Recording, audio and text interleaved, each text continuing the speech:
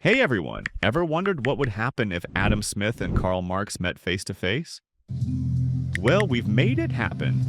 Using cutting edge AI technology, we've created this fascinating debate between capitalism's founding father and socialism's revolutionary thinker, discussing human happiness under their opposing economic systems. But we're not stopping there. After the debate, we'll run their arguments through 5 of the world's most powerful AI models to evaluate their positions and declare a winner based on logic, evidence, and persuasiveness. Who will come out on top in this ultimate economic showdown? Let's find out.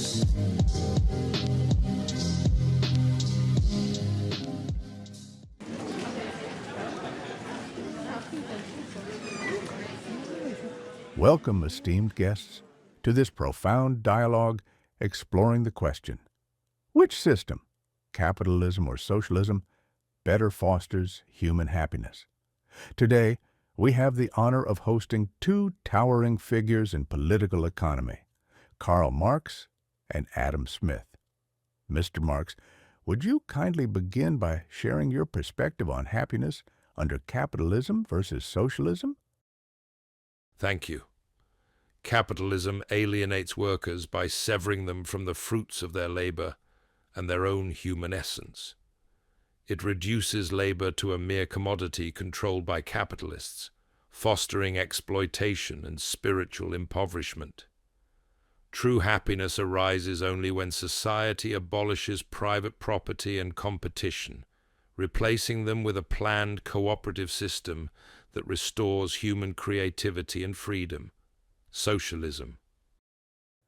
Marx emphasizes alienation and the necessity of abolishing capitalism for genuine human fulfillment. Mr. Smith, how do you respond to this critique regarding happiness in capitalist societies? While Marx highlights valid concerns, I argue that capitalism, grounded in liberty and private property, enables individuals to pursue their interests freely, which benefits society as a whole. This system reduces hardship, fosters skill development, and promotes economic security. Happiness stems from liberty and the ability to engage in virtuous relationships, not merely material wealth. Capitalism's invisible hand guides progress and common good through enlightened self-interest. Smith underscores liberty and individual freedom as central to happiness, contrasting with Marx's focus on alienation. Marx, how do you address the claim that capitalism fosters liberty and progress? Liberty under capitalism is illusory, as it masks the domination of capital over labor. The system's inherent contradictions deepen inequality and alienation, preventing true freedom. Progress under capitalism serves profit, not human needs. Only socialism, by abolishing exploitation and enabling collective self-management, can realize authentic human emancipation and happiness. Marx views capitalist liberty as a facade concealing systemic exploitation. Smith, your rebuttal? True liberty requires protection of property and justice, which capitalism provides. It encourages competition that benefits consumers and enables social mobility.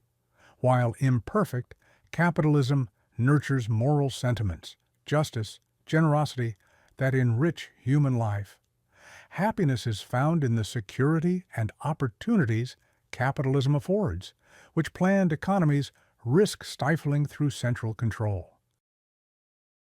Rather than concluding our discussion, I'd like to explore a more concrete dimension. How might each economic system address the psychological well-being of workers performing repetitive labor in our industrial age? Factory work has transformed production, but at what cost to human fulfillment? Mr. Marx, your thoughts on this practical concern? The mechanization of industry epitomizes capitalism's dehumanizing nature. Consider the factory worker performing the same motion for 12 hours daily. His creative faculties atrophy while his body deteriorates.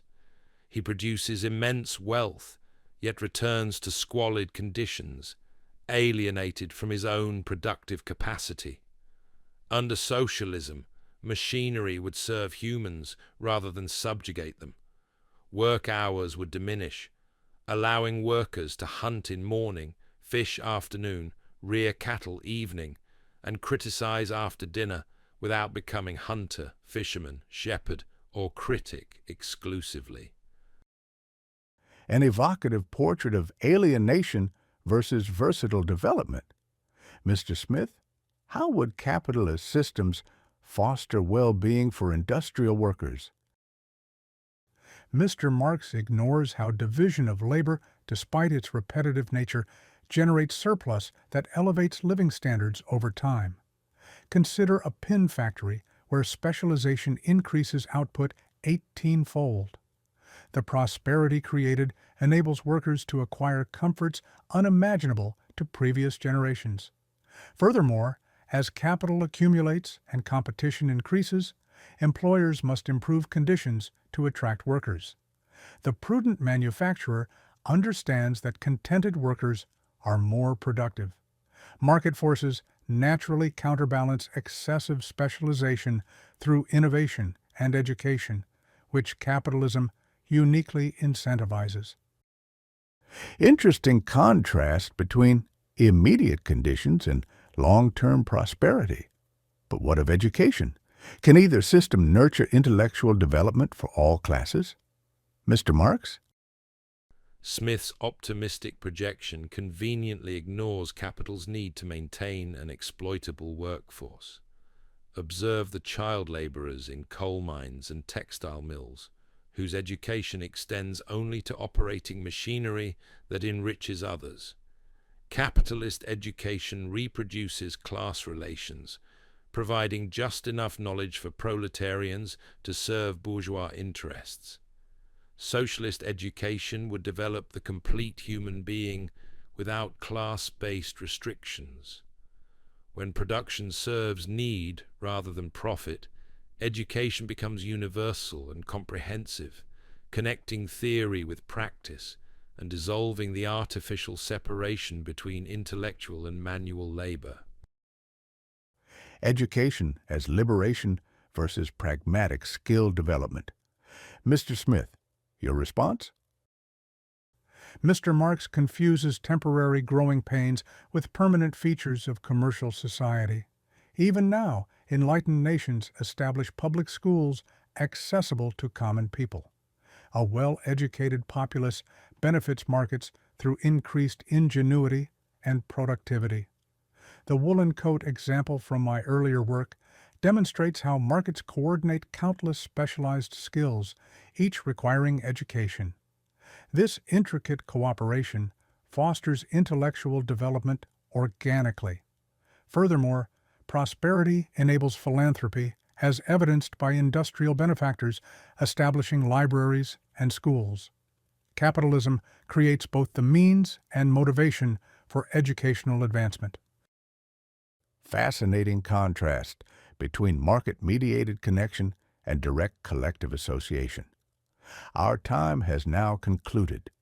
I extend my sincere thanks to Mr. Adam Smith and Mr. Karl Marx for this illuminating exchange on happiness across economic systems. Your profound insights have given us much to contemplate. Thank you, gentlemen, and good evening. After analyzing the debate through 5 advanced AI models, we have our results. The final scores are Adam Smith, 86.7 points, Karl Marx, 82.7 points. In this battle of economic philosophies, Adam Smith's arguments for capitalism as a path to human happiness narrowly edged out Marx's case for socialism. What historical debate would you like to see next?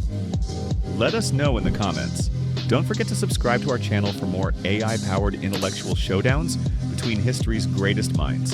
Hit that notification bell to never miss our upcoming debates.